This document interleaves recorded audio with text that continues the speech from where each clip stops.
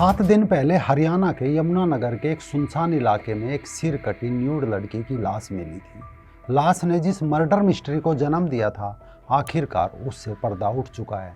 लेकिन इस पर्दे के पीछे जो कहानी सामने आई वो है प्रेम की, जिहाद की, विश्वासघात की, झूठ की और निर्मम हत्या की ऐसी दास्तान जो रोंगटे खड़े कर देती है।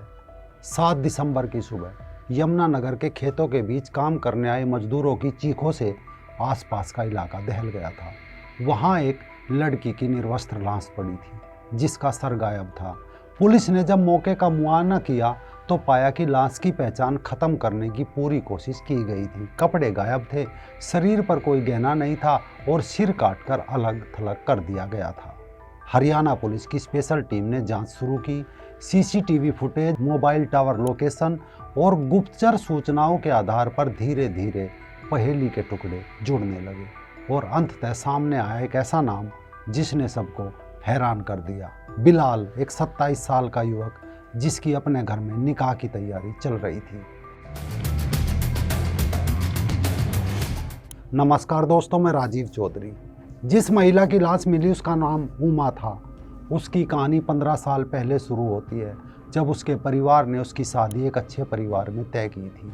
दूल्हा अच्छी खासी नौकरी में था, सब बिल्कुल सही चल रहा था। शादी की सारी तैयारियां लगभग पूरी हो चुकी थी, लेकिन उमा का दिल तो किसी और के नाम हो चुका था। शादी वाले दिन जब मंडप सज चुका था, मेहमान आ चुके थे, बारात बस आने ही वाली थी, तब उमा ने वो कर दिखाया जिसकी उसके परिवार ने कल्पना भी नहीं की थी।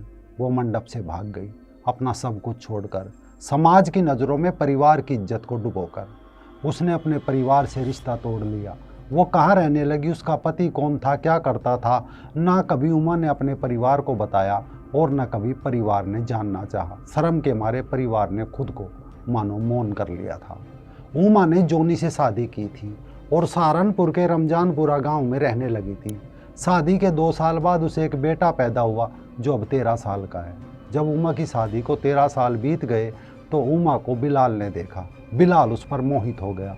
शुरुआती प्रेम के नाटक के बाद वो बिलाल के जाल में फंस गई। उमा अब अक्सर अपने पति जोनी को पीटने लगी, उसे बेइज्जत करने लगी। बिलाल के कसमे वादे ऐसे थे कि उमा को अब जोनी भी दुश्मन नज़र आने लगा था। आखिरकार एक दिन वो जोनी को भी छोड़कर बिलाल के साथ चली गई। सहारनपुर सिटी से महज 8 किलोमीटर दूर गंगोत्री विहार में उमा और बिलाल ने किराए पर एक कमरा ले लिया और लिव इन रिलेशनशिप में रहने लगे। यानी उमा बिलाल की रखेल बनकर रहने लगी थी। एक तरफ बिलाल उमा को कस्मे वादे देकर प्यार का ढोंग करता था, दूसरी ओर उसने अपना किसी से निकाह तय कर लिया था। लड़की देख ली थी, निकाह की तारीख तय हो चुकी थी, महज 1 हफ्ता बाकी था और इसी 1 हफ्ते ने उमा की जिंदगी का अंत भी तय कर दिया था। अब बिलाल के मन में 2 सवाल थे, एक तो उमा से छुटकारा पाना, दूसरा जन्नत का टिकट बुक करना ताकि वो काफिर महिला का कत्ल करके कथित जन्नत जाकर हूरों से भी इश्क फरमा सके। इसी महीने की 6 दिसंबर की शाम के करीब 6 बजे का वक्त था। बिलाल एक स्विफ्ट कार लेकर उमा के कमरे पर पहुंचा। उसके चेहरे पर मासूमियत का एक मुखौटा था, आंखों में एक अजीब सी चमक थी। उसने उमा से कहा, एक सरप्राइज है, चलो तुम्हें आज कहीं बाहर घुमा कर लाता हूँ। उमा खुशी से झूम उठी। उसका बिलाल उसे घुमा कर लाने वाला था। उसे क्या पता था कि सरप्राइज उसकी ज़िंदगी का आखिरी सफ़र साबित होगा। वो बड़े चाव से तैयार हुई, अपनी पसंदीदा ड्रेस पहनी, सजने संवरने में पूरा 1 घंटा लगाया क्योंकि उमा को सजने संवरने का बहुत शौक था और आज तो वो अपने बिलाल के साथ घूमने जा रही थी। वो जमकर सजी सवरी। दोनों सहारनपुर से निकलकर हथनी कुंड बैराज का वो पुल जो यूपी और हरियाणा को जोड़ता है उससे गुजरे। उमा लगातार बातें कर रही थी, भविष्य के सपने बुन रही थी। बिलाल चुप था, उसके दिमाग में तो जिहाद की योजना चल रही थी। पहले तो उसने हिमाचल प्रदेश के पांवटा साहिब की तरफ रुख किया। रात के 8 बज चुके थे, अंधेरा घना होता जा रहा था। बिलाल ने उमा से कहा, कोई होटल देखते हैं, वहाँ रात बिताएंगे। लेकिन पांवटा में वीकेंड पर टूरिस्टों की भीड़ थी, हर होटल लगभग भरा हुआ था। बिलाल को डर सताने लगा कि कहीं पकड़े ना जाए।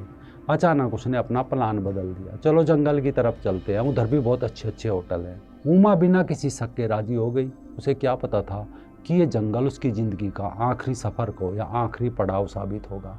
कलेसर नेशनल पार्क के एरिया से गुजरते हुए बिलाल ने कई बार सुनसान जगह पर कार रोकने की कोशिश की, लेकिन हर बार कोई ना कोई गाड़ी आ जाती थी या दूर से कोई आता जाता दिख जाता था, यानी उसे मौका नहीं मिल रहा था। जंगल पार करते ही आबादी शुरू होने वाली थी। प्रताप नगर के गांव बहादुरपुर की सीमा से पहले ही बिलाल ने कार रोक दी। एक बहाना बनाकर वो पिछली सीट पर चला गया। उमा अगली सीट पर बैठी थी, अपनी धुन में मस्त थी। तभी अचानक एक झटके के साथ बिलाल ने उमा के गले में सीट बेल्ट डाल दी और जोर से खींचना शुरू कर दिया। उमा के पास न तो चिल्लाने का मौका था, न ही बचने का। कुछ ही मिनटों में उसका शरीर बेजान हो गया। मौत के बाद भी बिलाल का क्रूर अध्याय खत्म नहीं हुआ। उसे लगा कहीं उमा की लाश पहचानी ना जाए। वो आधा किलोमीटर आगे गया और सड़क किनारे से खेतों में लाश को घसीट कर ले गया। वहाँ उसने अपने साथ लाया मीट काटने वाला पुश्तैनी छुरा निकाला और एक एक करके उमा के कपड़े उतारे। फिर वही छुरा लेकर उसने उमा का सिर धड़ से अलग कर दिया। कटे सिर को पॉलीथीन में डालकर अगली सीट पर रख लिया। रात के करीब 11 साढ़े 11 बजे का वक्त था। बिलाल के सामने अब सबसे बड़ी चुनौती थी सिर और कपड़ों का निपटान। उसे ऐसी जगह चाहिए थी जहाँ से कभी भी ये सबूत बरामद न हो सके। हरियाणा और हिमाचल की सीमा पर लाल ढांग नाम की एक पहाड़ी है जहाँ एक गहरी खाई है। वन विभाग ने यहाँ एक वॉच टावर तो बना रखा है, लेकिन आमतौर पर वहाँ कोई रहता नहीं। बिलाल ने इसी जगह को चुना। वहाँ पहुँचकर उसने पॉलीथीन में बंद सिर को खाई में फेंक दिया। कपड़े भी अलग अलग जगह पर फेंक दिए। फिर वो तेज़ी से कार घुमाई और हथनी कुंड बैराज के पुल से होते हुए सहारनपुर वापस लौट आया। घर पहुंचकर सबसे पहले उसने अपना मोबाइल फॉर्मेट कर दिया। उमा की सारी फ़ोटोज़, मैसेज, कॉन्टैक्ट नंबर सब डिलीट हो गए। फिर वो सो गया मानो कुछ हुआ ही ना हो। अगली सुबह वो निकाह के लिए शॉपिंग करने निकल गया। दूसरी तरफ हरियाणा पुलिस मामले की जांच में जुट गई थी। लाश की पहचान सबसे बड़ी चुनौती थी। कपड़े नहीं थे, सिर नहीं था और कोई दस्तावेज भी नहीं था। पुलिस ने मिसिंग पर्सन की रिपोर्ट चेक की, आसपास के थानों में, इलाकों में पूछताछ की। आखिरकार कोई सुराग हाथ लगे। सीसीटीवी फुटेज खंगाले जाने लगे। तभी एक स्विफ्ट कार दिखाई दी जिसके टायरों के पास लाइट लगी थी, जो शाम को यूपी से हरियाणा आई थी और रात में ही वापस गई थी। मोबाइल टावर डेटा के आधार पर पुलिस ने कुछ नंबरों पर नज़र डाली और धीरे धीरे पुलिस बिलाल तक पहुंच गई। जब पुलिस ने बिलाल को पकड़ा तो शुरुआत में तो उसने सब कुछ नकार दिया, लेकिन जब सबूतों का दबाव बढ़ा तो उसने अपना अपराध कबूल कर लिया और ये सारी कहानी उसने बता दी।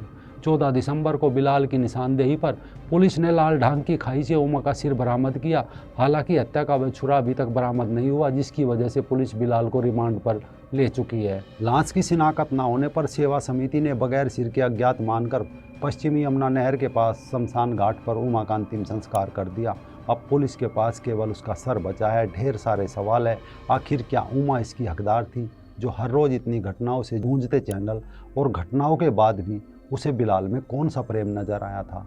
दर्दनाक अंत ये है कि एक गलत फैसले ने उमा की जान ले ली। प्रेम के नाम पर शुरू हुई ये कहानी मजहबी नफरत में ख़त्म हुई। पीछे रह गए दो टूटे परिवार, एक अनसुलझा दर्द।